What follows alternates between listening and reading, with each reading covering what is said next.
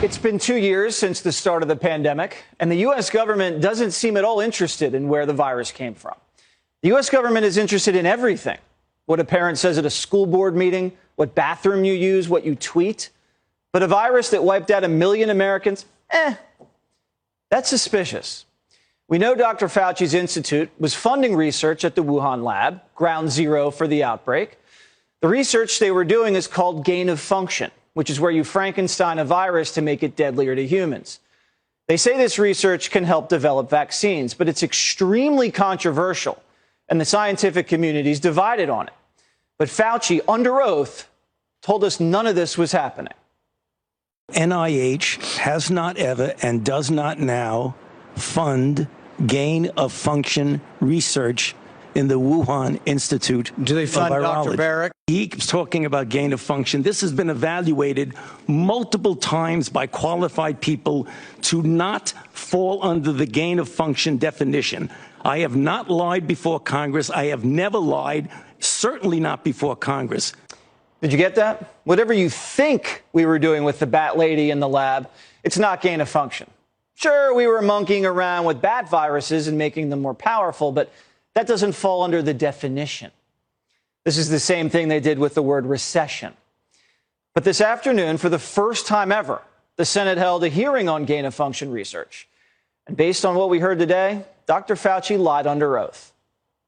What are the implications of Dr. Fauci's continued blatant dishonesty regarding NIH's funding of gain of function research in Wuhan? Statements made on repeated occasions to the public, to the press, and to policymakers by the NIAID director, Dr. Fauci, have been untruthful.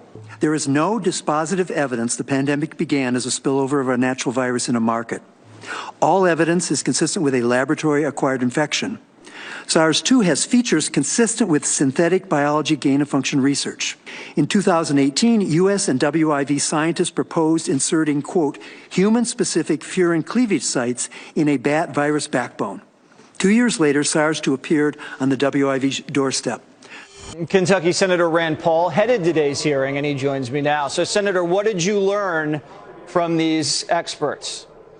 I know this is going to be shocking, but we learned that Dr. Fauci has been lying to us. The 3 scientists agreed that this was dangerous research. 2 out of the 3 absolutely said it was gain of function. The 3rd said it was dangerous research and should have gone before a committee.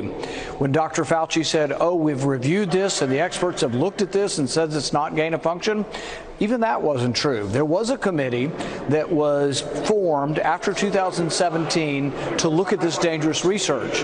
They didn't look at this research at all because they never reviewed it. So no one reviewed this to say it wasn't gain of function research. They didn't review it, period. We also learned from these scientists today that the committee that is supposed to review these viruses is secret. We don't know the names. We don't know whether they ever meet, and we don't have any records of their meetings. It's top secret. Congress is not allowed to know. So whether the committee actually exists, we're uncertain. We do know that they've met 3 times, and there are thousands of gain of function research proposals. They've only met 3 times. They've only reviewed 3 projects. So we learned a lot of things, but I think we reconfirmed that Dr. Fauci is not being honest with us. Yes, the NIH funded gain of function research.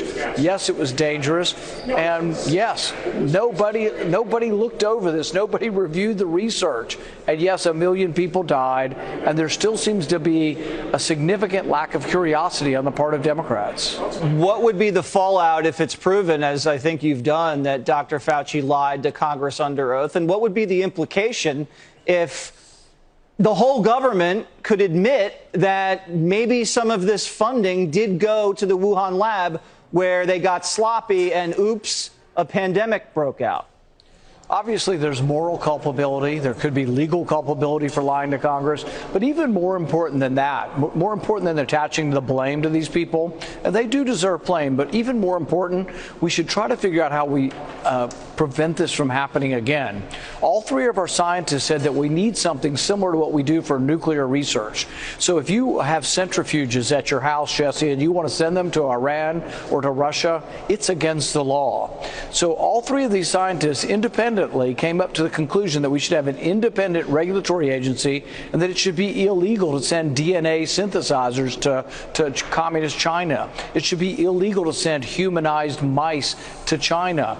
So we've been the leaders in this research, but we shouldn't willy-nilly be passing stuff around that could get in the hands of people who might want to create a bioterrorist weapon.